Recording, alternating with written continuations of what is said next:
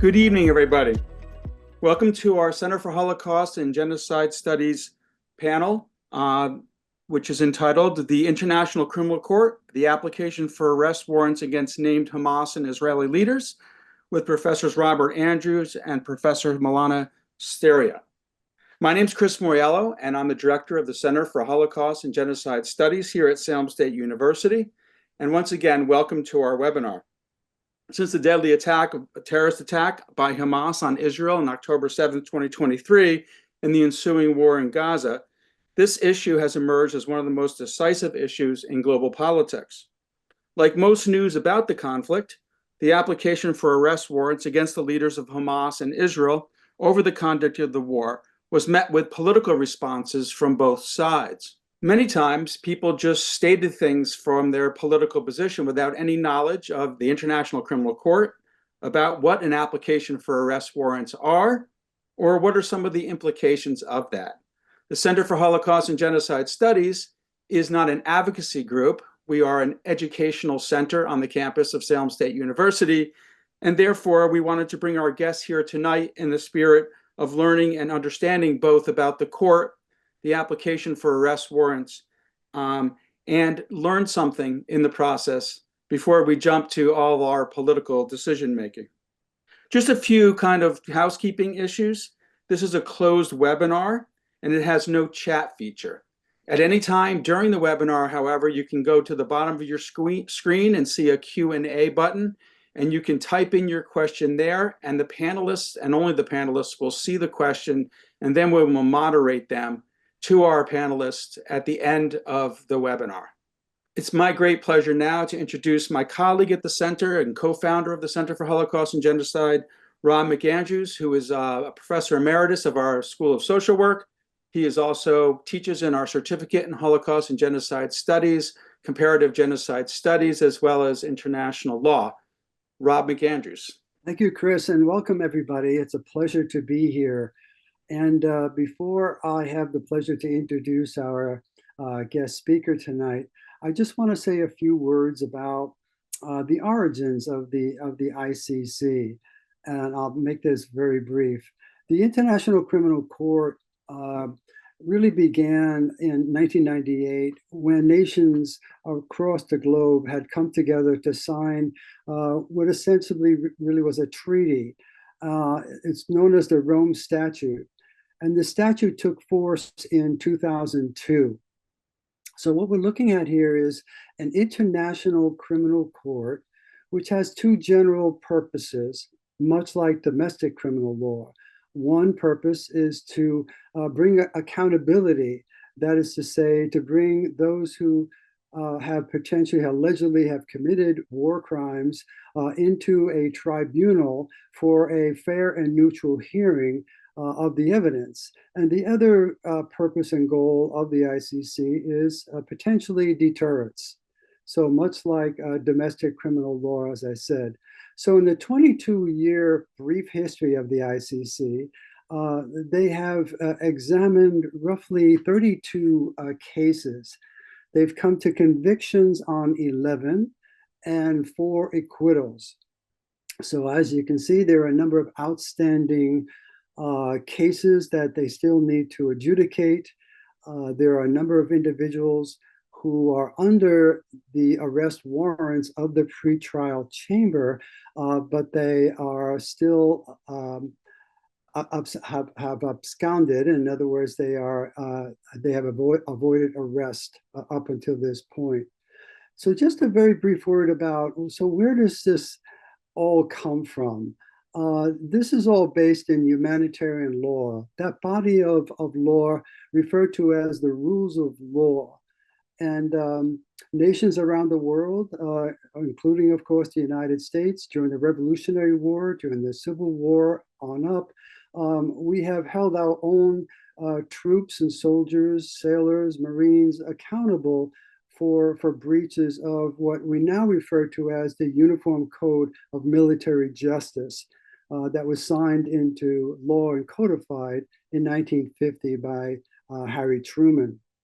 So the basis of where does the ICC really establish its legal roots they do go back into history over the past 150 or more years with respect to humanitarian law, having its beginning primarily in the mid-19th century with the conventions in Geneva and in The Hague.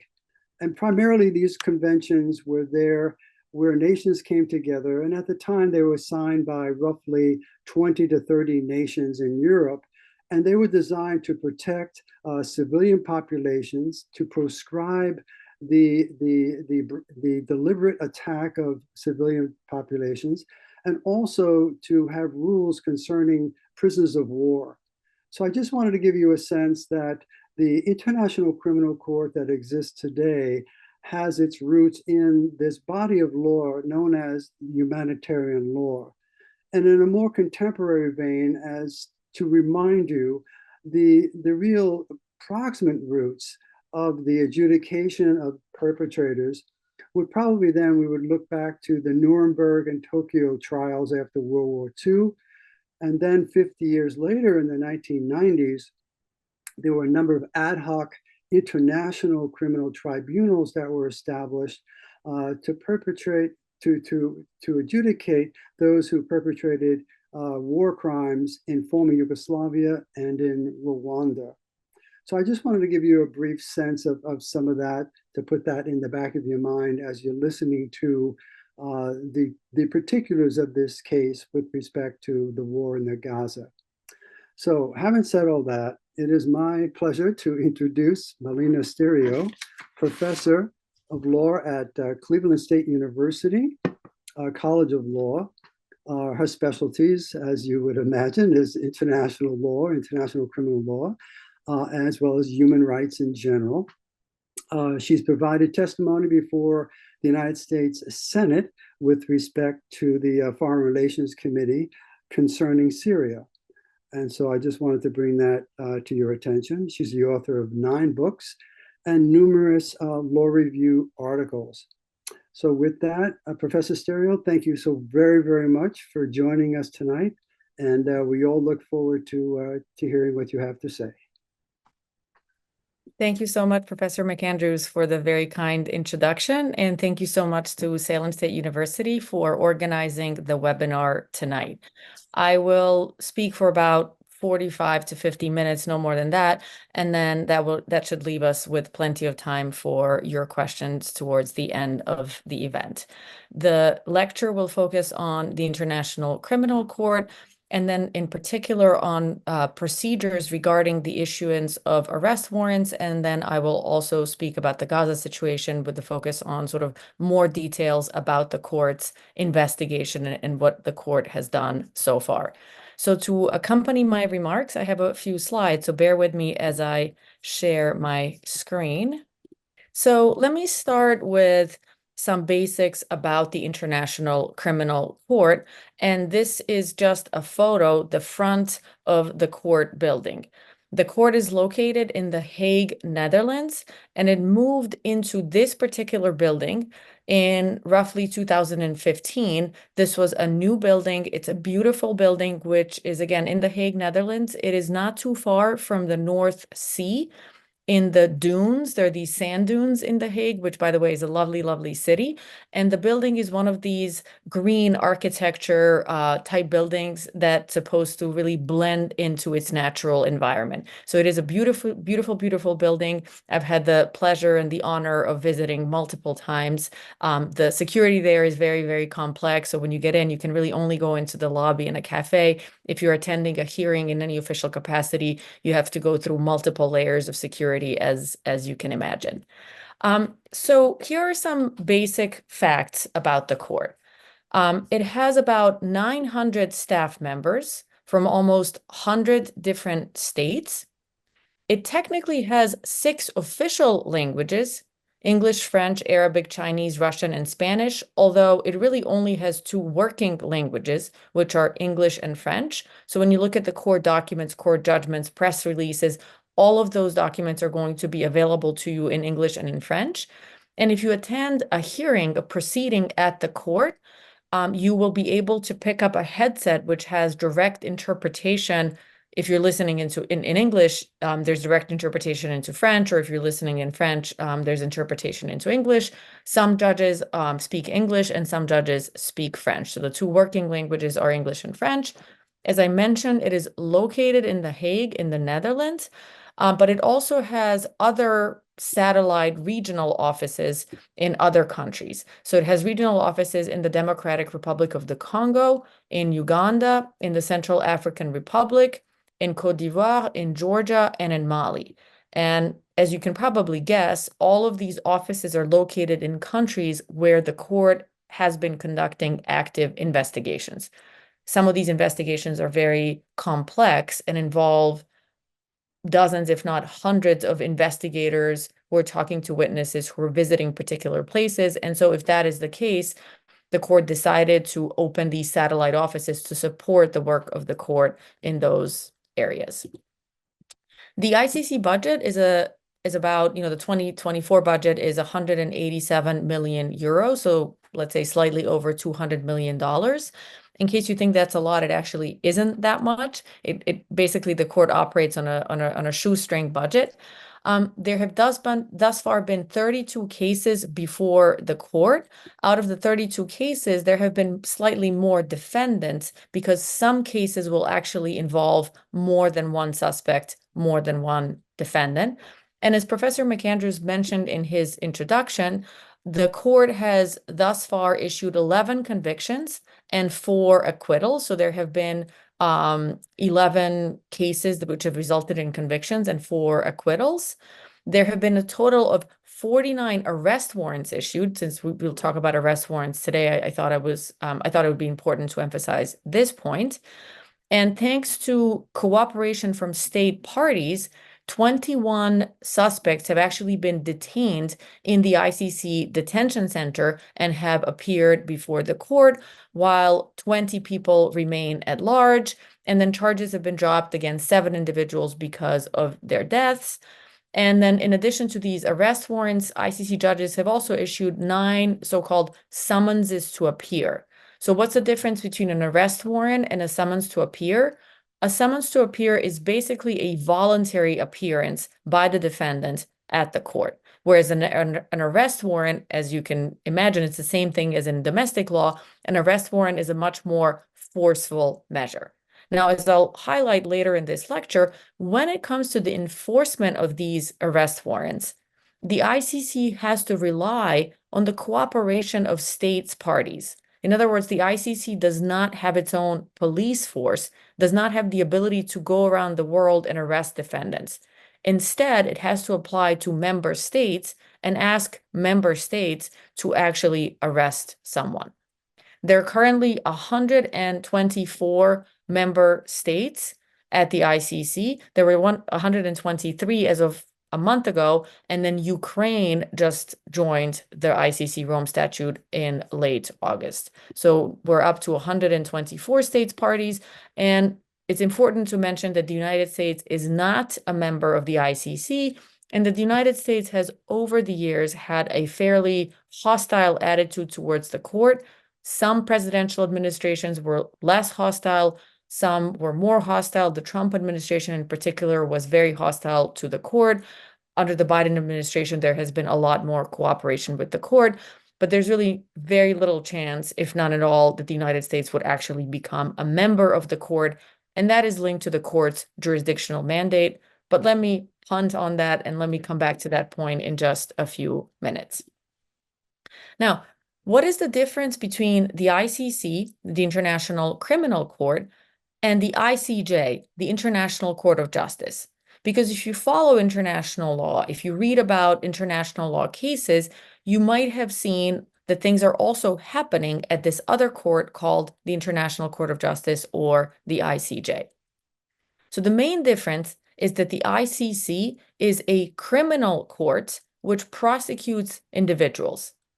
As Professor McAndrews mentioned in his introduction, one of the main functions, one of the main roles and really goals of the court is to impose individual criminal responsibility on those who commit atrocity crimes, international criminal law crimes.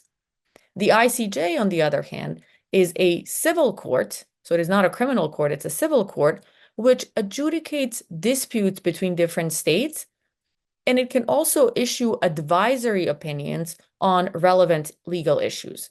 So the ICJ does not prosecute anybody. It cannot detain anybody. It cannot impose individual criminal responsibility on anyone. Instead, again, it's a court of civil jurisdiction where if one state has some kind of a problem, some kind of an issue with another state, those two states can agree that they're going to go ahead and litigate at the ICJ. Now, there are some similarities between the courts. One main similarity is that both of these courts are located in The Hague, in the Netherlands. They're located in different buildings in different parts of the city, but both of them are in the Netherlands. Both of them obviously are international courts. And then the other thing that gets a little bit confusing is that you do have situations where cases are proceeding in parallel at the ICC and at the ICJ. So let me just give you two examples of those situations. One perhaps slightly lesser known to some of you, and then the other one directly the topic of this lecture tonight. So the first situation that I could mention is the situation in Myanmar, where over the past 8 years, an ethnic minority group called the Rohingya have been persecuted at the hands of the Myanmar government.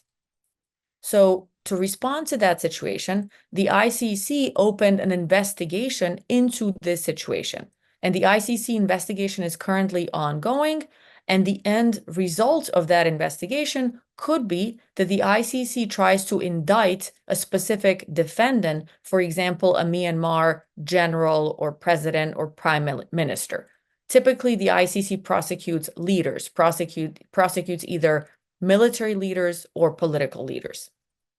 At the same time, when it comes to the Myanmar situation, the Gambia, which is a country in West Africa, started a lawsuit against Myanmar in the International Court of Justice under the Genocide Convention, alleging that Myanmar is committing acts of genocide against the Rohingya minority in Myanmar, and essentially asking for remedies such as the imposition of state responsibility on Myanmar, asking for things like monetary damages, and asking really for assurances that Myanmar will stop persecuting the Rohingya.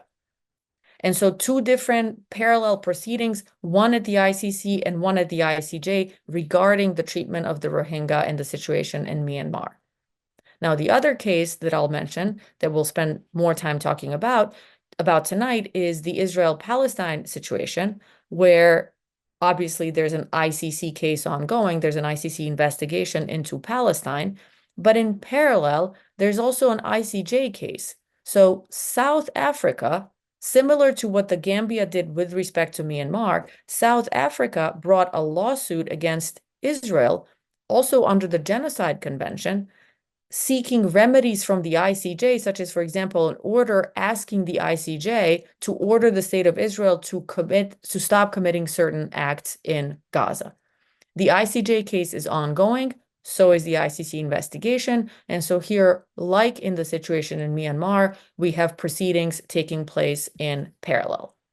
And by the way, these courts, when they're holding hearings, when there's a hearing, when there's a trial, when there's an appellate hearing or a sentencing hearing, for the most part, these hearings are public.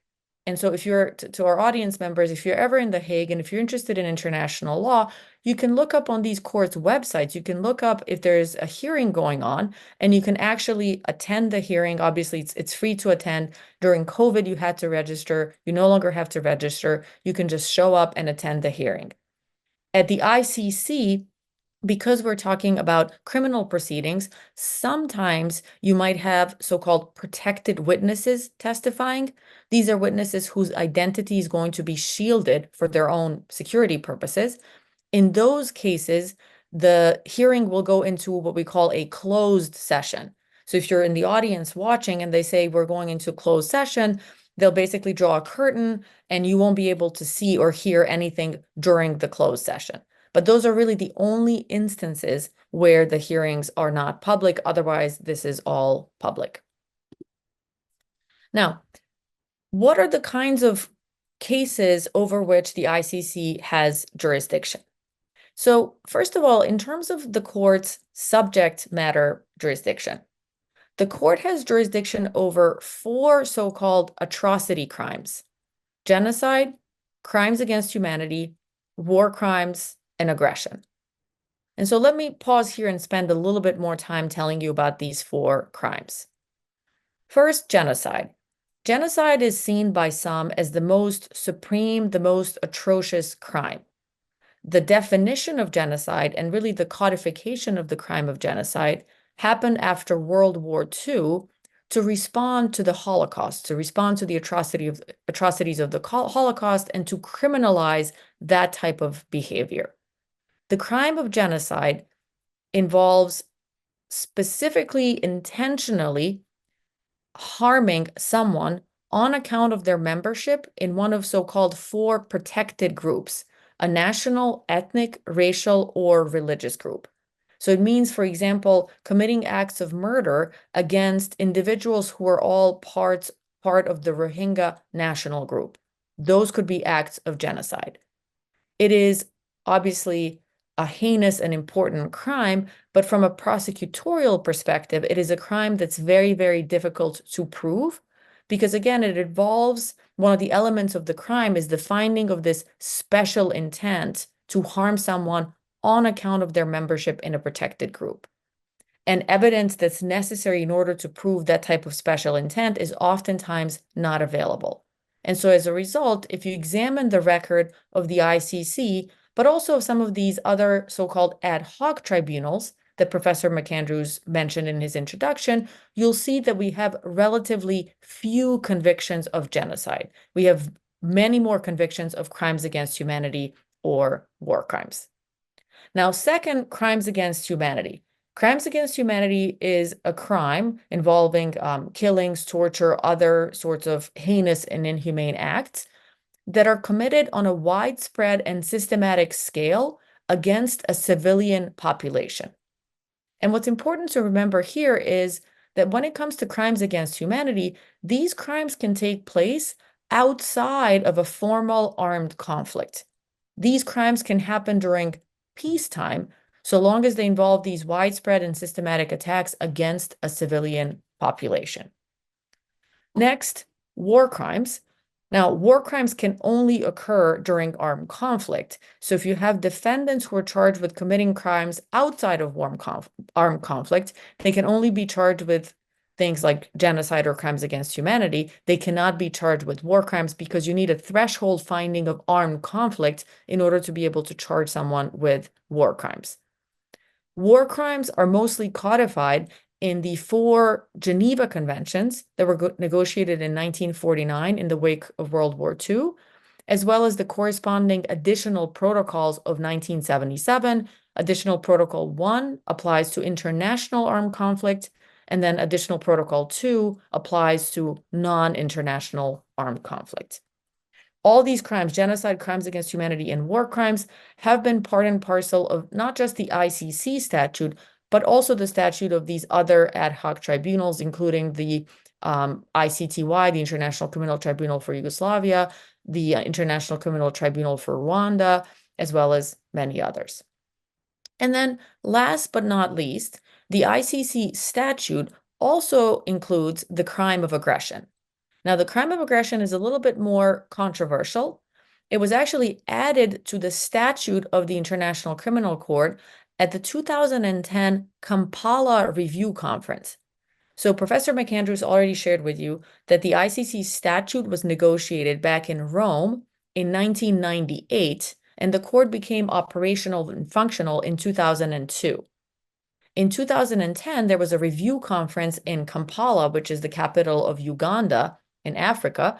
And at that review conference, the crime of aggression was also added to the statute of the court, but it was added with very restrictive jurisdictional conditions, meaning that there are many, many member states of the ICC that to this day have not accepted the so-called aggression amendments. So what that means is that for the majority of ICC member states, the court only has jurisdiction over genocide, crimes against humanity, and war crimes, and it does not have jurisdiction over the crime of aggression. One notable situation where this is the case is Ukraine, where the ICC is investigating. Because of these restrictive jurisdictional conditions, the ICC only has jurisdiction over genocide, crimes against humanity, and war crimes, and does not have jurisdiction over the crime of aggression in Ukraine, which is why, again, if you follow international news, you might have seen discussions about creating a new ad hoc tribunal for aggression in the context of Ukraine. And that is because the ICC does not have jurisdiction over this crime. Now, how can cases be initiated at the ICC? There are three different ways in which cases can be initiated at the court. The first possibility is if there is a UN Security Council referral. Now, the problem with Security Council referrals is that these happen through a resolution by the Security Council, and the problem at the Security Council is that the 5 permanent members of the Security Council, including the United States, have what we call veto power at the Security Council, which means that they can veto any proposed resolution at the Council for any reason whatsoever. And so when it comes to, for example, Ukraine, we knew from the get-go that the Security Council was a no-go because Russia would have vetoed any attempt at a resolution by the Security Council. And obviously, when it comes to anything that has to do with Israel, oftentimes we see the United States that vetoes. Now, in the court's history, we have seen situations that were referred to the court through a Security Council referral, and the most famous one, perhaps, is the situation in Sudan, which was referred to the court through a Security Council resolution back in 2005. And for geopolitical reasons, the US allowed that to happen. The US ended up actually abstaining from that vote, but an abstention is not a veto. And so if one of these 5 permanent members abstains, that's okay, the resolution can be voted. So we have some examples of cases that were initiated through a Security Council resolution, but again, this is fairly rare because of the paralysis of the council because of the 5 permanent members' veto power. Now, another way that a case can be referred to, can be initiated at the ICC, is through a referral by a state party. So any of the 124 member states of the court can refer any other situation to the court. So to give you an example, the investigation in Ukraine after the Russian President Putin launched a full-scale invasion of Ukraine back in 2022, almost 40 ICC member states referred this situation to the prosecutor and said to the prosecutor through the referral, I really think you need to be investigating here and somebody ought to be prosecuted for the atrocities that are taking place. So we have multiple examples of cases that were initiated through a referral by a state party. And then last but not least, the prosecutor, the ICC prosecutor, can also start a case on their own. And there's this Latin term that we use for this type of a situation called proprio motu. So the prosecutor can on their own initiate a case. Now, if the prosecutor is initiating a case, the prosecutor then has to go to a pre-trial chamber and seek authorization, confirmation from the pre-trial chamber that the case can proceed. But oftentimes, pre-trial chambers do grant the prosecutor that authority. Now, in addition, it's also important to note that the ICC's jurisdiction is limited to 2 types of situations. So the court has jurisdiction over crimes committed on the territory of a state party or situations that are committed by nationals of a state party. So for the ICC to be able to proceed, you either need crimes to be committed on the territory of a state party or by nationals of a state party. Now, this actually excludes some situations from the court's jurisdictional reach. So, for example, there has been a lot of outcry about 10 years ago or so over the atrocities being committed in Syria by the Syrian leadership against Syrian civilians. And unfortunately, because Syria is not a member state of the ICC, and because the crimes committed in Syria were being committed by Syrians who are not nationals of a state party, this was a type of situation where the court simply did not have jurisdiction.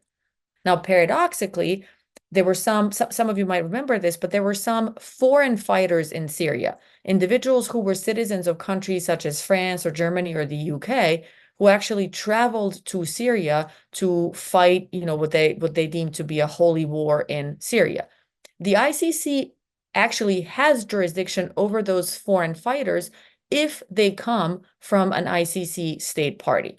So if you're a citizen of France or the UK or Germany, those are all state parties to the court, and you're committing crimes in Syria, you actually would be covered by the jurisdiction of the court. Now, the court has never opened an investigation into Syria because, as you can imagine, it would be somewhat paradoxical. It would really be dicey for the court to be starting an investigation in a place where its own jurisdiction would be limited to just a very small subset of those responsible over all of the atrocities that took place. Last point on this limitation that crimes have to be committed on the territory of a state party or committed by nationals of a state party, that does not apply to situations of a Security Council referral. So if it is the UN Security Council which refers the case, then the case can proceed no matter what. And if you ask me why, the reason is that the Security Council is really seen as the most fundamental organ of the United Nations that has these sovereignty breaching powers. So the Security Council is actually able to breach state sovereignty and order states to do or not do certain things. And so there's this sense that if the Security Council is acting, then that's okay. We no longer need the crimes to be committed on the territory of a state party or by a national of a state party. But again, because of the paralysis of the Security Council, these types of referrals are relatively rare. Now, what are some basic ICC procedures? How does a case proceed, once it's initiated at the ICC, whether it be through a Security Council referral, through a member state referral, or the prosecutor initiated on their own? Typically, the court will first conduct what's called a preliminary examination. A preliminary examination is supposed to give the prosecutor time to assess whether the conditions are ripe for the opening of an actual investigation. The court has launched several preliminary examinations. Some of these preliminary examinations took a long time. Some of them took 4, 5, 6 years. And some of these preliminary examinations did not actually give rise to investigations. So the court, for example, has conducted preliminary examinations in places like Colombia and Venezuela, and nothing much has happened there so far. The court also conducted preliminary examinations in, for example, Afghanistan. That case is proceeding, although the court has decided in that case not to focus on any potential crimes committed by the United States. So it's sort of a partial, investigation. But it's not that rare for the court to conduct a preliminary examination and to decide, what, we simply don't have enough in order to proceed to a full investigation. Now, at the end of a preliminary examination, the court can open an investigation. And I'll talk about this in just a little bit in the context of Palestine. But in some situations, after the end of the preliminary examination, the case will then proceed to an investigation.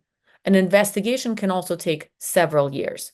So we say that international criminal justice is patient and persistent. It is also very slow. Things don't happen very quickly at the international level. Now, if the case has proceeded into an investigation, the prosecutor can then apply to a pre-trial chamber for the issuance of an arrest warrant. So if the prosecutor feels like they are actually ready to start arresting specific individuals and to start actually putting specific individuals on trial, the prosecutor can go to a pre-trial chamber and can ask the pre-trial chamber to issue an arrest warrant. The ICC will issue arrest warrants based on the standard of reasonable grounds to believe that the suspect committed the relevant crime. So the prosecutor has to go to a pretrial chamber, has to tell the pretrial chamber judges, I think that there are reasonable grounds to believe that this specific individual has committed these crimes. So it's not quite a beyond a reasonable doubt standard, which you see in domestic criminal law, but a reasonable grounds to believe standard. As of now, the ICC has issued arrest warrants against a total of 45 individuals. And some of the most notable arrest warrants include, most recently, the arrest warrant against Vladimir Putin of Russia. But before that, the the ICC had issued arrest warrants against Omar al-Bashir, whose photo you can see on the right here of my screen. Omar al-Bashir was at the time the sitting president of Sudan. And the ICC had opened a case into Sudan, as I mentioned just a few minutes ago. That's a situation that was actually referred to the court through a Security Council referral. And the ICC decided to actually issue arrest warrants against Omar al-Bashir. Now, as I mentioned just a few minutes ago, when the prosecutor does this, the prosecutor has to apply to a so-called pre-trial chamber. So let me pause here and explain what a pre-trial chamber is. So there are a total of 18 judges at the ICC who all come from different countries, some from common law traditions, some from civil law traditions, some are international law experts, whereas some are domestic law, criminal law, and procedure experts. The judges sit on pretrial chambers, trial chambers, and appellate chambers. So there are 3 types of chambers: pretrial, trial, and appellate, and each chamber will have a total of 3 judges. Pretrial chambers basically issue decisions on all sorts of pretrial matters, such as the application for arrest warrants. Trial chambers conduct trials, and then appellate chambers hear appeals. The same judge could not be on the pretrial chamber, let's say in the Palestine investigation. You could not be a pretrial judge and also a trial judge and also an appellate judge. So you cannot be involved in the various chambers within the same case. But many judges will have different pretrial chamber, trial chamber, and appellate chamber appointments across different situations and cases at the ICC. And again, for the purposes of an arrest warrant, it's not enough for the prosecutor to say, I am issuing the arrest warrant. The prosecutor has to appeal to a specific pretrial chamber. And again, this is 3 judges. All of these judges deliberate by a majority vote. So you don't need unanimous decisions. Instead, you need a majority. So 2 out of 3 judges have to agree with you. So in a case of these arrest warrants against Omar al-Bashir and Vladimir Putin, the prosecutor in each of those cases was able to go to a pretrial chamber and get the pretrial chamber to agree to issue these arrest warrants. Now, I think I mentioned this earlier in my presentation, but the International Criminal Court does not have its own independent ability to actually execute arrest warrants. The ICC depends on member state cooperation. So if a pretrial chamber has confirmed an arrest warrant, so an arrest warrant has now been issued, the ICC will then transfer that arrest warrant to its member states. And again, there are 124 member states. And it will then request those member states to arrest the individual if the individual happens to be on their territory. And so the problem here is that we have seen multiple instances of non-enforced arrest warrants, including these arrest warrants against Omar al-Bashir and Vladimir Putin. And I will return to this theme of state cooperation a little bit later. But Omar al-Bashir, again, his photo is right here. He's no longer the president of Sudan. He's the former president of Sudan, but to date, he has still not been arrested, even though the arrest warrant against him was issued back in 2009. And as president of Sudan, he was able to travel to many countries and was never really arrested. But this lack of enforcement mechanisms of the ICC is really like a general theme of international law. This is why some people say international law is not really law. Clearly, I don't take that view because I'm an international law professor, but it is true that when it comes to enforcing international law, oftentimes we have to rely on cooperation of states who are actually willing to carry out international orders. Now, what are the types of circumstances when the pretrial chamber will issue an arrest warrant? And this is actually in the ICC Rome Statute itself.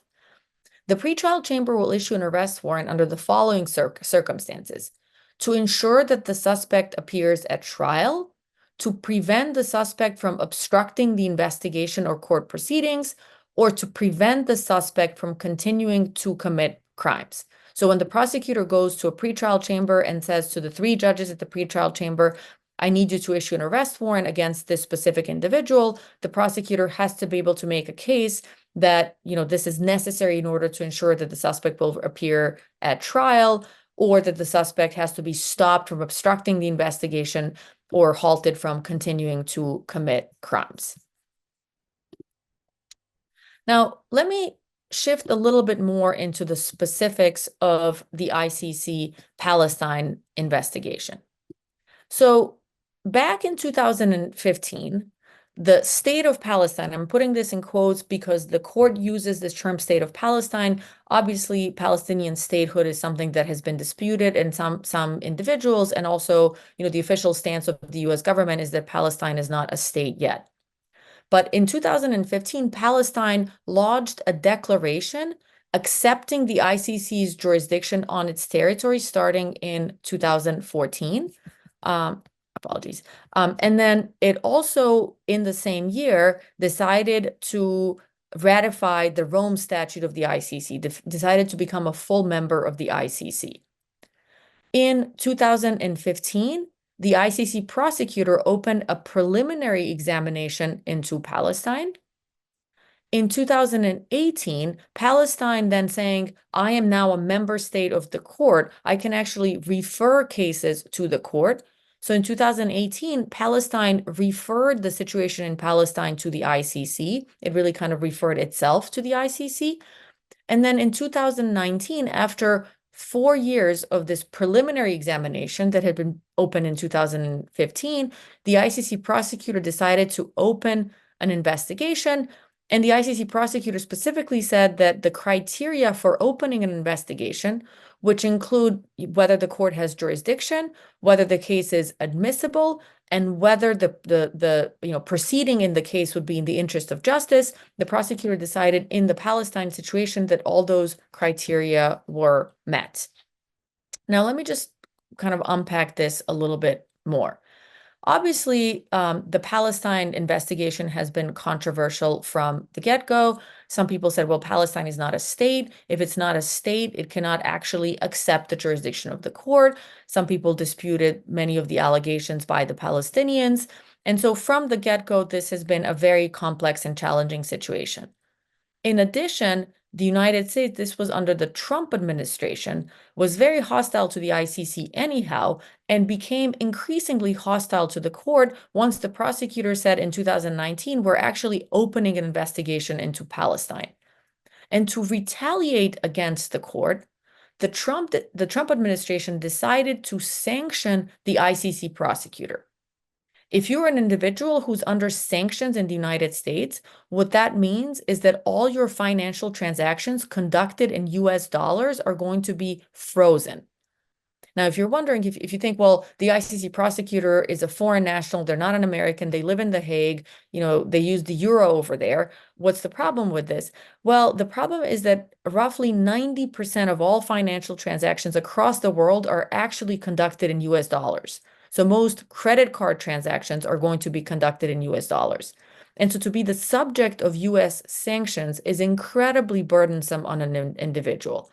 And so the Trump administration, in order to really retaliate against the then prosecutor, this is not the current prosecutor, this is the prior prosecutor, decided to impose sanctions on her. Once the Biden administration came into office, those sanctions were luckily lifted, but the prior prosecutor did live under US sanctions for about a year. Now, because this investigation was very, very controversial from the get-go, the prosecutor, even though she decided that she was going to open an investigation, she actually requested a ruling from a pretrial chamber on the territorial scope of the court's jurisdiction. So basically, the prosecutor went to the pretrial chamber and said to the pretrial chamber, I need help figuring out what Palestine actually is, which territories we're talking about. And in 2021, about 18 months after, pretrial chamber 1 determined that the court had jurisdiction over the occupied West Bank and Gaza. That when it came to Palestine, the scope of the court's territorial jurisdiction covered both the occupied West Bank and Gaza. In 2021, the current prosecutor then announced that his office would actually open this investigation. And by the way, the current prosecutor, whose name is Karim Khan, I have a photo on one of my future slides here, so bear with me for just a few moments. Karim Khan is a UK national. He came into office in 2021. His predecessor, who was the second prosecutor, was Fatou Bensouda, who is a national of the Gambia. And then the first prosecutor, because remember the court became operational in 2022, was Luis Moreno Ocampo, who is from Argentina. So we're currently on the third prosecutor, and it's this third and current prosecutor, Karim Khan, who then in 2021 said, yes, we will actually open this investigation into Palestine. In November of 2023, the Office of the Prosecutor received additional referrals to open this investigation from countries such as South Africa, Bangladesh, Bolivia, the Comoros, and Djibouti. And then in January of 2024, the Office of the Prosecutor also received referrals from Chile and Mexico. Now, these referrals weren't strictly speaking necessary because the prosecutor had already decided on their own to open an investigation, and the prosecutor had gotten the green light in 2021 from a pretrial chamber that they could go ahead. But these referrals are important because they do indicate that in addition to the prosecutor deciding to do this on their own, there are some states around the planet who are member states of the ICC who do believe that this case should proceed. And so, preliminary investigation opened way, 7, 8, 9 years ago, and then the investigation that formally began in 2021 with this very important ruling from a pretrial chamber in 2021 stating that basically the territory of Palestine includes the occupied West Bank and Gaza. Now, fast forward to more recent times. In May of 2024, so May 20th of 2024, the prosecutor decided to go ahead and apply for arrest warrants. Now, as I mentioned earlier, the procedure for these arrest warrants is that the prosecutor has to go before a pretrial chamber and ask the pretrial chamber to issue arrest warrants.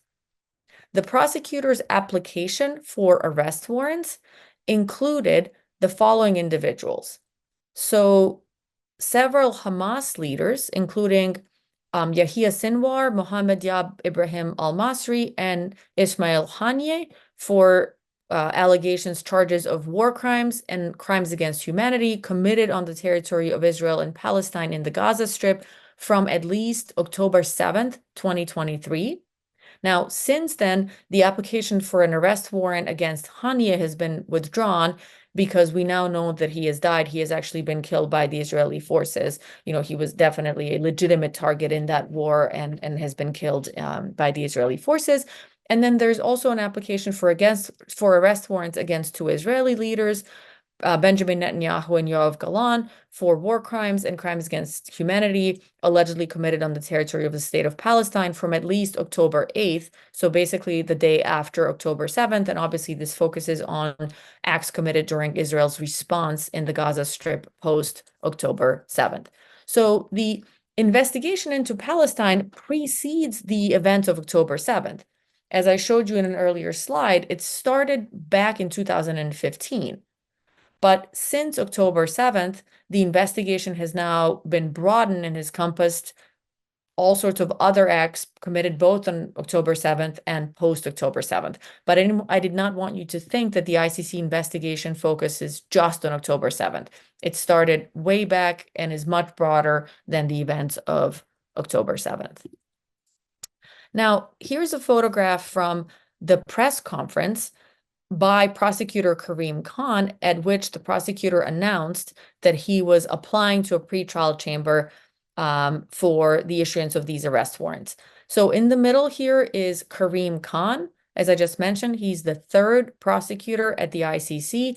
He is a UK national and has obviously had a distinguished career in international law before that, including working on the defense side. So he was actually a defense attorney at the Special Court for Sierra Leone, but then he also investigated in Iraq more on the investigative and prosecutorial side. And again, he was elected as prosecutor in 2021.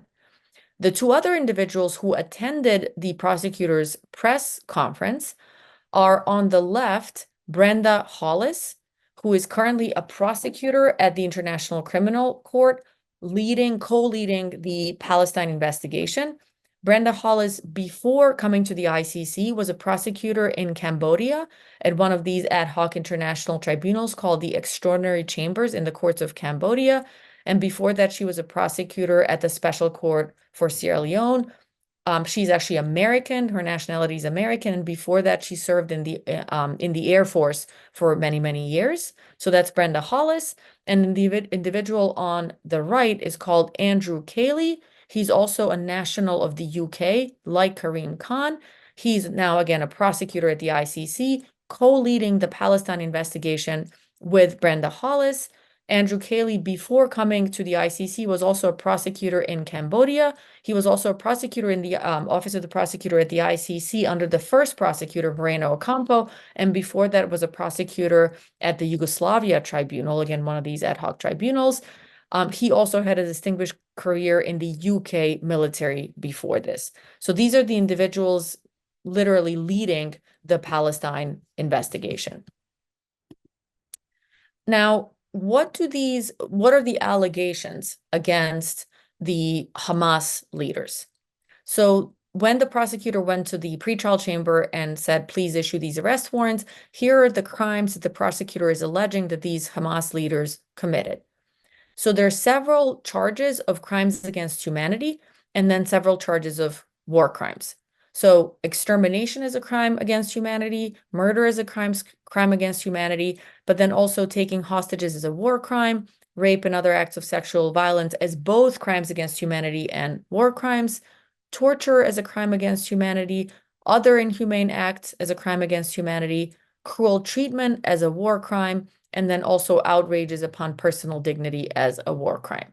So multiple charges, multiple different charges levied against these Hamas leaders, again, different charges of war crimes and crimes against humanity. Now, prosecutors can later on amend indictment. So the prosecutor is not going to be pigeonholed into just this. As the investigation proceeds, if these arrest warrants are issued, later on the prosecutor would be able to bring additional charges against all these individuals.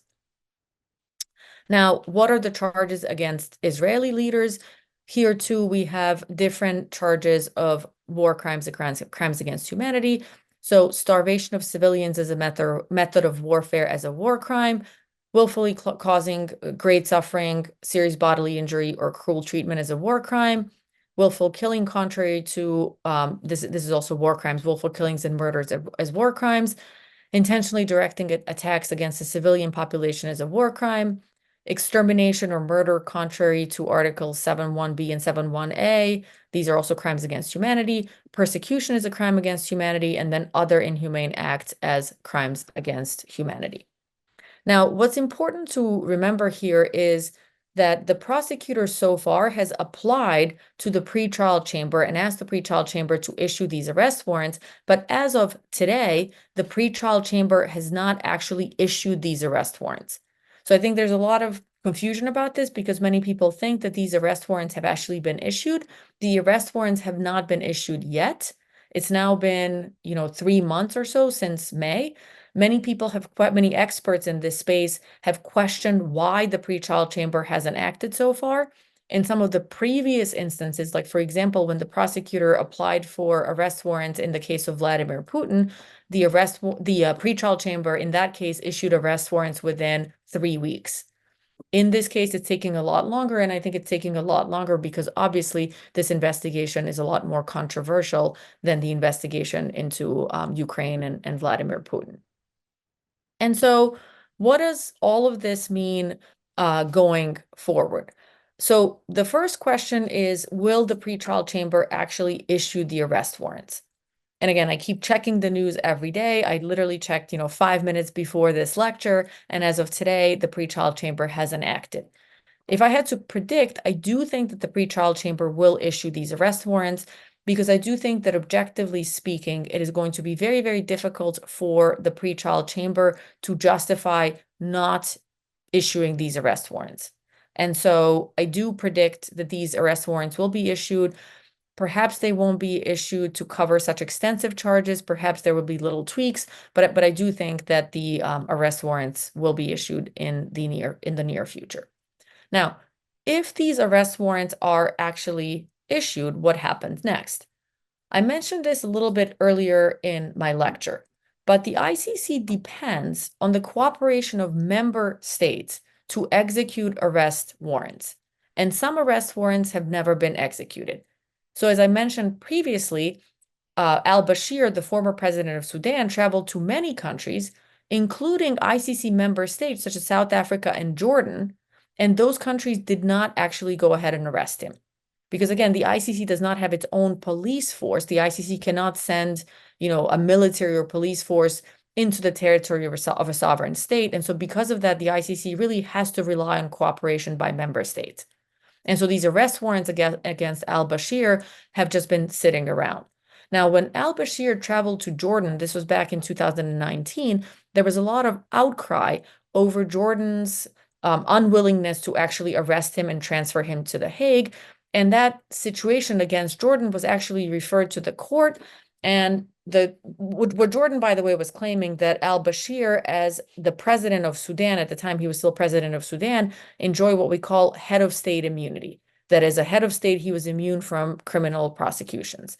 In that case of Jordan, there's actually an opinion by an appellate chamber from the, at the ICC, which said, no, immunity is not a problem. Even sitting heads of state can face prosecution at the International Criminal Court. But be that as it may, the fact is that al-Bashir was able to go to Jordan and then go back to Sudan from Jordan, and he was never arrested. Most recently, this was just in the news literally a couple of weeks ago, Vladimir Putin traveled to Mongolia, which is also an ICC member state, and he traveled on an official visit.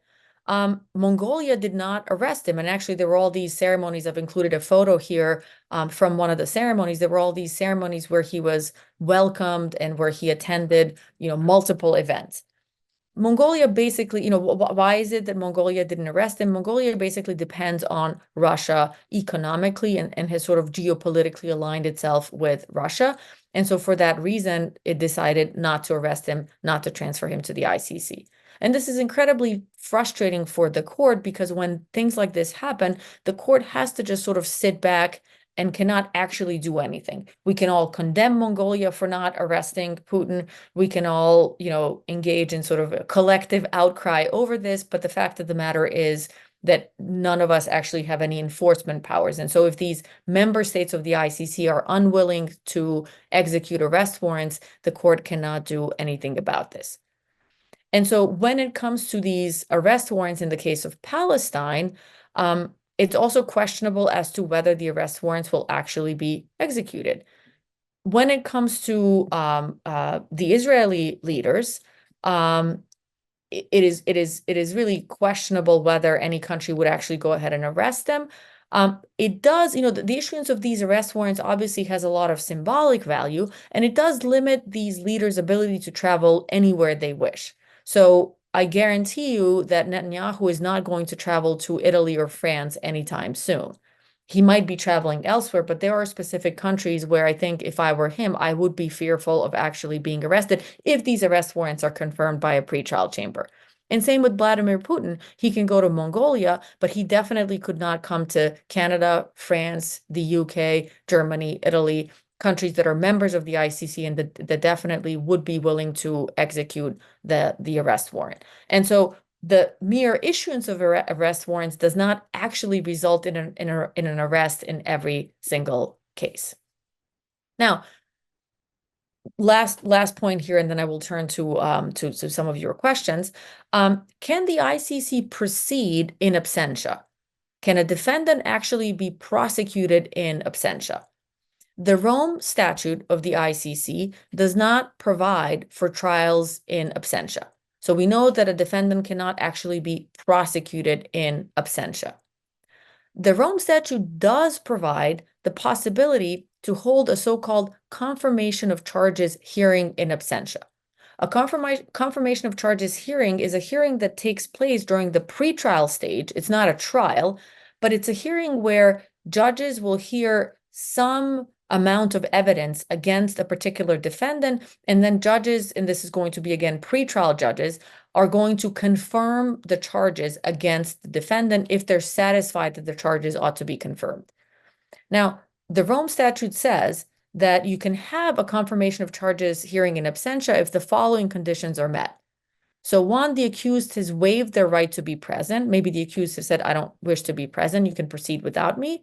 All reasonable steps were taken to secure the accused's presence. So the prosecutor would have to prove that, look, we've gone out of our way. We've done everything possible to bring the accused to the court. We haven't been able to do so. And then last, the accused was informed of the charges and that a hearing would be held in absentia. So there has to be some effort to actually notify the defendant that this hearing is taking place. As an example, the court actually scheduled a confirmation of charges hearing against a defendant called Joseph Kony, and this hearing was scheduled for October of this year.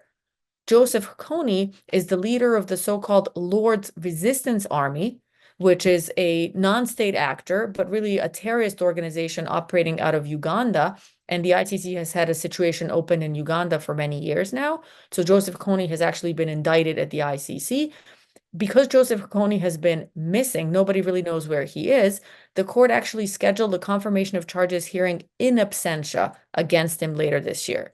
The defense objected. The defense basically said you can't prove that the defendant has been informed of the charges. You can't prove that you're taking reasonable steps to secure his presence. And as of now, the hearing has been postponed. It hasn't been canceled. It might happen later on, but it has been postponed.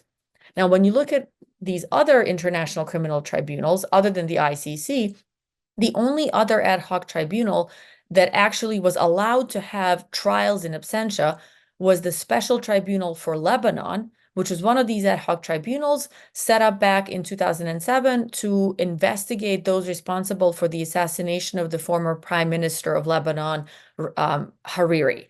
That tribunal closed down in the end of 2023, so not that long ago.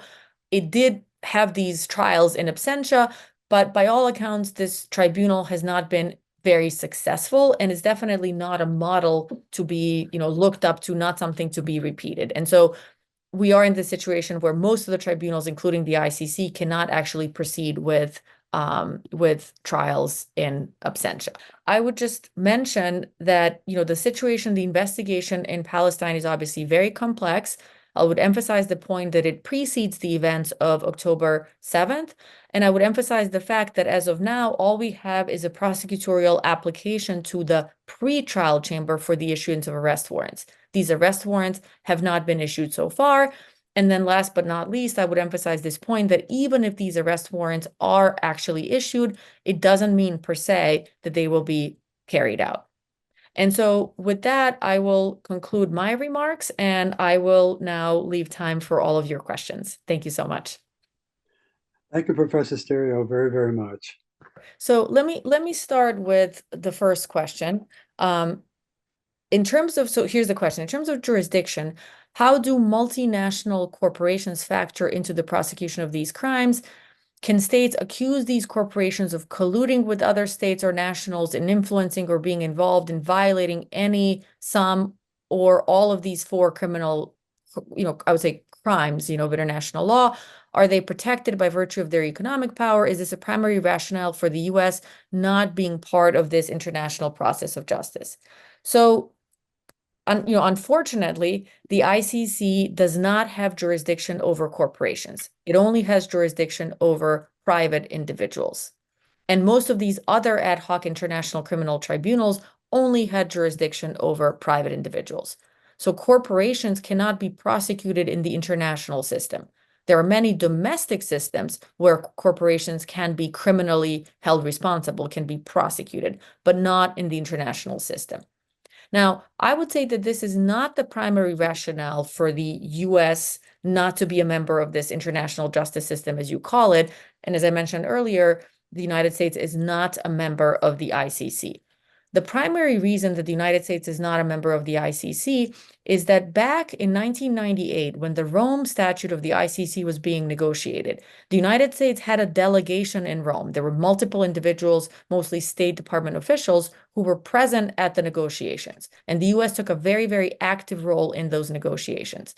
The sticking point for the United States was the fact that the ICC has jurisdiction in situations where the crimes are committed on the territory of a member state or by nationals of a member state. The United States wanted this clause to read territory of a member state and national of a member state. This was really a sticking point for the United States. And why is that so? Well, when you think about it, the current jurisdictional regime actually exposes U.S. nationals to the court's jurisdiction if they commit crimes on the territory of a member state. So, for example, if a U.S. national commits a crime, one of these 4 crimes, genocide, crimes against humanity, war crime, or aggression, on the territory of an ICC member state, that U.S. national can actually be prosecuted by the ICC. And so in the Afghanistan investigation, there was actually a possibility that U.S. nationals who committed crimes in Afghanistan, and there were all sorts of allegations of CIA-run black sites and sort of torture type facilities in Afghanistan, U.S. nationals could face prosecution by the ICC. So that was a sticking point. That's one of the main reasons. Now, I actually think that the United States is wrong here because I didn't have time to get into this, but one of the main admissibility, what we call admissibility criteria for the ICC to proceed is what we call complementarity. So the ICC can only proceed with the case if the relevant national jurisdiction is unable or unwilling to prosecute. So in the case of the United States, if it comes to, let's say, a CIA operative who's accused of committing torture, let's say, at a black site in Afghanistan, the United States could simply say to the ICC, you know what, back off, we're going to investigate this domestically. And we actually have examples of that in the ICC system itself, where, for example, the UK was accused of similar types of wrongdoings in Iraq. Some UK individuals were accused of committing acts of torture and other things in Iraq. And the UK said to the ICC, no, complementarity, we're actually going to investigate this on our own. They set up a whole system of investigations at the domestic level, which, by the way, has resulted in 0 prosecutions. So nobody was held accountable at the domestic level. But be that as it may, that was enough to satisfy complementarity. But for the U.S., this was sort of a point over which we could not get past, and so the United States decided not to participate. Now, there's another question here that talks about a police force. Has there been an attempt to create a police force of the court that would be recognized by the member states and have the authority to act? The simple answer to this is no, because the entire international law system functions based on state sovereignty. So states are sovereign and they can really not be ordered to do things. Now, when you think of all sorts of international law norms and rules, most of them are treaty-based. A treaty is an international agreement to which states become members willingly. Nobody's going to force a state to become a member of a treaty. And so the entire international order is based on state sovereignty and on the willingness of states to participate and be bound by specific norms. And so creating an international police force would be perceived as sovereignty breaching. The only instance where this type of a thing occurs is if the UN Security Council votes a resolution authorizing the use of force against a sovereign state. And, we've definitely seen that over the history over, the last 50, 60, 70 years, but that also doesn't happen that much because of the paralysis of the Security Council and the fact that these 5 permanent members have veto power. But, we saw, for example, the authorization to use force in Libya some 12 years ago.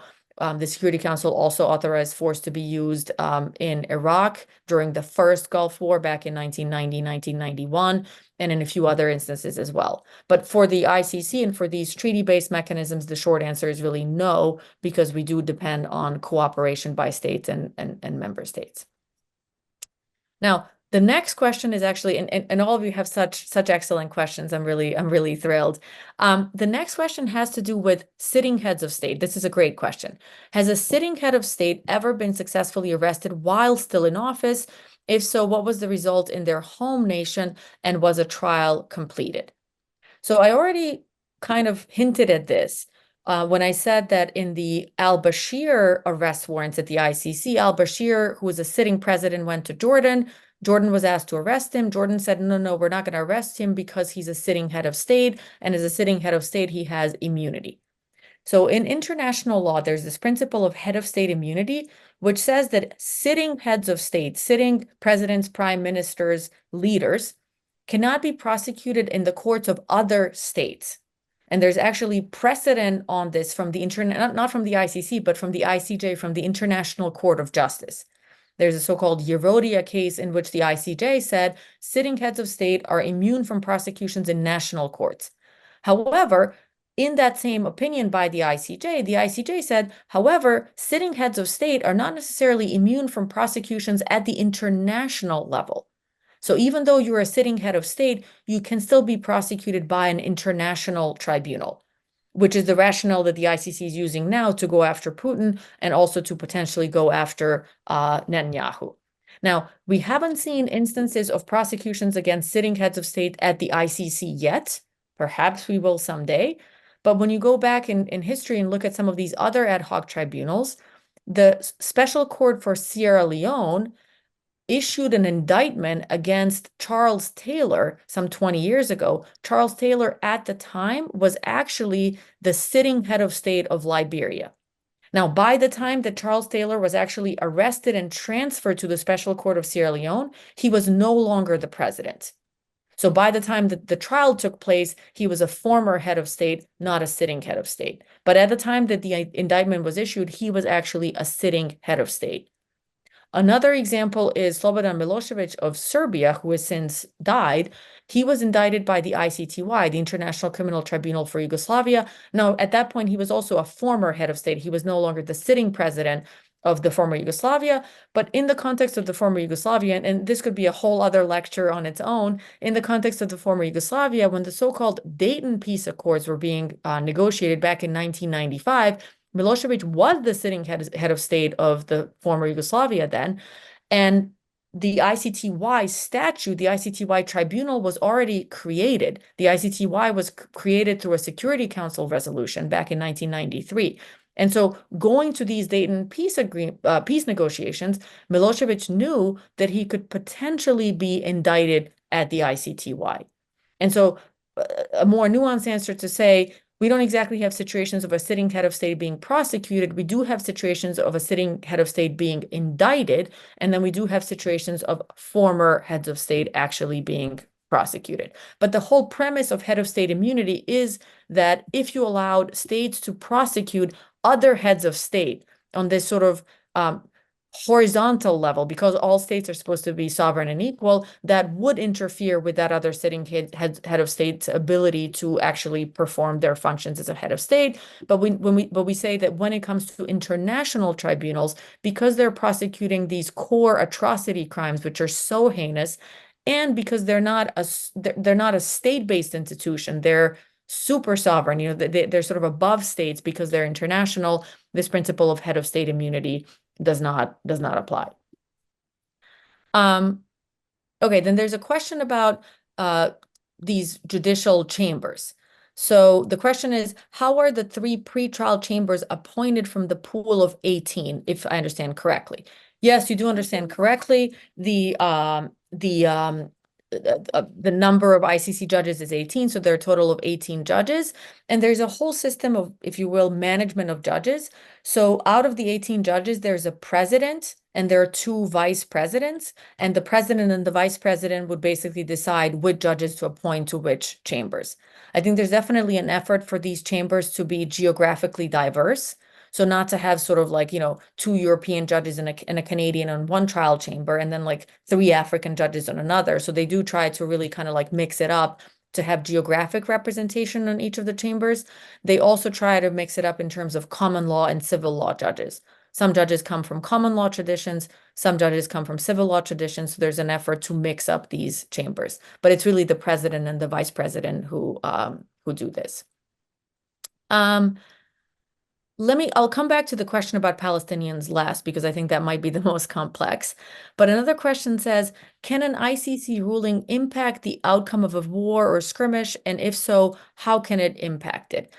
I do think that the ICC, as well as some of these other ad hoc tribunals, have directly influenced the outcome of some of these wars and conflicts and civil wars. So for example, to use the former Yugoslavia as an example one more time, at the time of the Dayton peace negotiations, the ICTY already existed. It was already created. And so when these leaders came to Dayton to negotiate, they came to negotiate knowing that they would potentially be indicted by the court. And that really limited their ability to act. It limited their ability to demand certain things because they knew that maybe someday they would actually be defendants at the ICTY. And one of the, although the direct role of these courts is to impose individual criminal responsibility, another role that they have that Professor McAndrews mentioned in his introduction is deterrence. And when you talk about deterrence, there is what we call specific deterrence. So you're trying to deter the specific individual from acting the same way again. But there's also what we call general deterrence.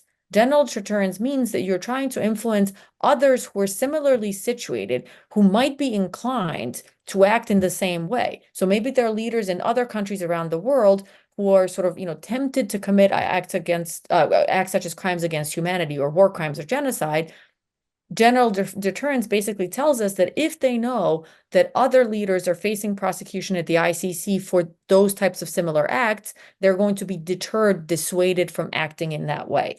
And so I do think that general deterrence function of the ICC and all of these other tribunals is really important to emphasize. And I do think that it influences the outcome of current wars, current conflicts, and potentially influences or potentially prevents other conflicts from occurring, if you do believe in general deterrence. I know this gets a little bit controversial. Some people say general deterrence doesn't really work, but I do think that it works to some extent.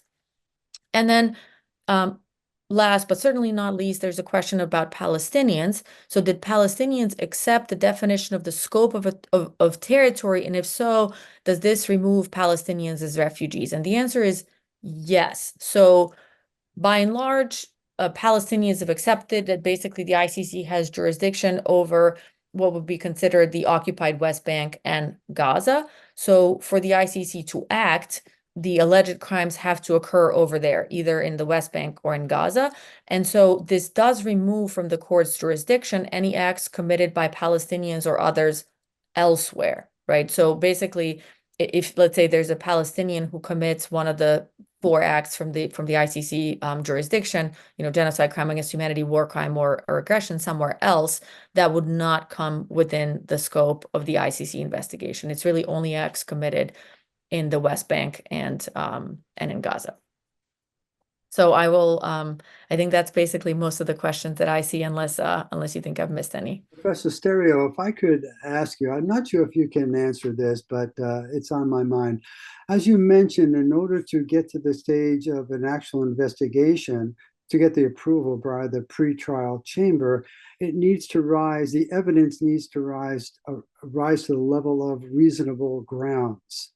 So the standard of proof, as you say, is not beyond a reasonable doubt, but reasonable grounds.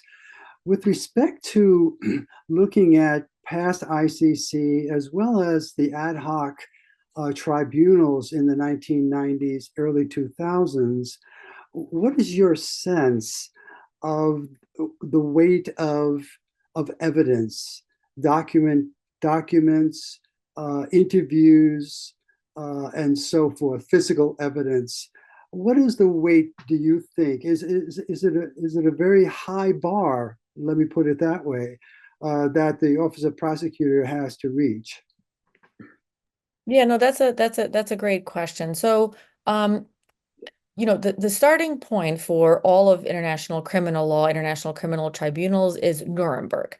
And the prosecutors at Nuremberg had it relatively easy because the Nazi Germans held meticulous records of everything. And so literally there were documents that would say, we're going to kill all the Jews because they're Jewish, literally. And so that made it pretty easy for those prosecutors to meet the standard of proof. When you look at more modern day conflicts, including most of these situations that the ICC is investigating, we don't have similar type of smoking gun evidence. It's pretty rare for a country president to issue an order saying, we're going to kill all those people over there because they're members of a specific ethnic group. That doesn't, it doesn't happen that much. And so as a result, prosecutors, when they present evidence, whether it be to a pretrial chamber at the pretrial stages, or whether it be at trial where the standard really is beyond a reasonable doubt, prosecutors oftentimes have to rely on other types of evidence. A lot of the time we're talking about, for example, victim or witness testimony. Now, in the United States, if you're a witness at a trial, you have to actually appear in the courtroom and you have to be willing to be cross-examined. At international criminal tribunals, witness statements can be accepted into the record. So, sometimes the witness will appear, but other times prosecutors can say, well, that person isn't available, they can't come. And so instead, we're just going to submit a witness statement. So they will rely on things like witness, courtroom testimony or witness statements or victim testimony and victim statements.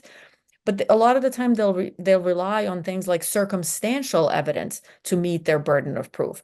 The new hot topic is all sorts of like digital evidence, digital records. So in the Ukraine investigation in particular, the ICC Office of the Prosecutor has been flooded with all sorts of like purported evidence. The problem there is that the Office of the Prosecutor can't just, let's say that I submit a photograph to the Office of the Prosecutor and I say, this photograph proves that this crime was committed over here on this particular date. The Office of the Prosecutor cannot just take my evidence at face value. They have to be able to authenticate that evidence. And so that requires a lot of, technological capability on behalf of the Office of the Prosecutor that they don't necessarily have, not because they're not smart, they're super smart people, but they don't have the resources to go through hundreds and thousands of images and other documents and be able to authenticate. And so the new hot topic is really like the admissibility of that type of evidence. But yes, to answer your question, for the prosecutor to be able to show, for example, that there are reasonable grounds to believe, they do have to be able to submit a relatively high number of, documents, statements, other pieces of evidence, which is why these preliminary examinations, at least in the ICC structure, oftentimes take a very long time, take 2, 3, 4, 5 years. The ICC Office of the Prosecutor is very thinly staffed. So, for example, the Ukraine investigation, there might be, I'm not 100% sure, but this is what I've heard from people who work there, there might be like 30 to 40 investigators. That's not a lot of people if you think about it, considering the scope of this investigation and everything that they have to uncover. And so it takes a long time, but yes, the prosecutor typically will have a lot of different pieces of evidence, a lot of different types of evidence to present to a pretrial chamber. And, the other thing that I would just mention on this is that the ICC does not have unlimited resources. It does not have unlimited budgets. And so the prosecutors really have to carefully pick and choose the cases that they pursue. And so they are going to choose those cases where they feel like they have the best evidence, the highest number of evidentiary pieces to meet those burdens of proof. There's another question that just came in that I can very briefly answer. Could the illegal development of Israeli settlements in the occupied West Bank constitute a crime in the eyes of the ICC? As I mentioned earlier, a couple of points here. As I mentioned earlier, we know that when it comes to the territorial scope of the ICC investigation, we know that it does cover the West Bank as well. It doesn't just cover Gaza. You would have to be able to prove that the building of settlements is a war crime or a crime against humanity. And so just the act of building settlements, while it might be illegal under the laws of occupation, is not necessarily per se a war crime. So you'd have to look at sort of specifically what's going on, and you have to make the case that this is either like a war crime or crimes against humanity in order to bring a case there. Now, I mentioned earlier that there are some situations of parallel proceedings at the ICC and at the ICJ. The ICJ just issued an advisory opinion just a few months ago in which it actually held that the building of settlements in the West Bank is actually illegal under international law. But again, that is the ICJ. That is not a criminal case. And somebody says, I would imagine the digital evidence will become even more difficult to accept with the advent of AI. Absolutely. I was just at a conference just a few weeks ago in Vilnius, Lithuania, on basically issues of technology and international law, where this was definitely one of the hot topics. And one of the prosecutors there said how they think that the ICC will actually increasingly turn away from digital evidence because of the difficulties associated with authenticating that type of evidence, and that we'll see a return to sort of traditional, eyewitness testimony in the courtroom or perhaps witness statements, but that the ICC will be turning away from digital evidence. Thank you very much. if our goal was to learn something, I learned a whole lot, and I think our attendees learned as well. So thank you very much, Professor Sterio and Professor McAndrews, for this wonderful webinar on the ICC and the application for criminal warrants. I just wanted to thank some folks before we sign off. I want to thank, of course, Professor Sterio and Professor McAndrews for guiding us through this complex but fascinating aspect of international law and current events. I'd also like to thank the center staff that includes Regina Casalina and Lynn Blair, who organized most of this and did a great deal of work behind the scenes. And of course, our friends at the IT Media Services, Derek Barr and Marissa Hansen, for really keeping us on track and keeping the technology running. And of course, I want to thank all the guests who joined us.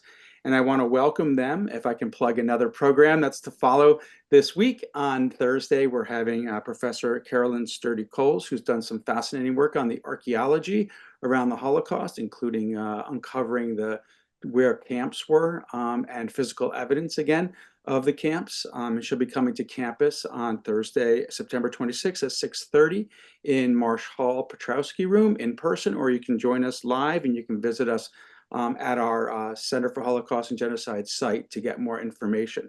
So thank you very much, and I hope everyone has a great evening, and see you next time.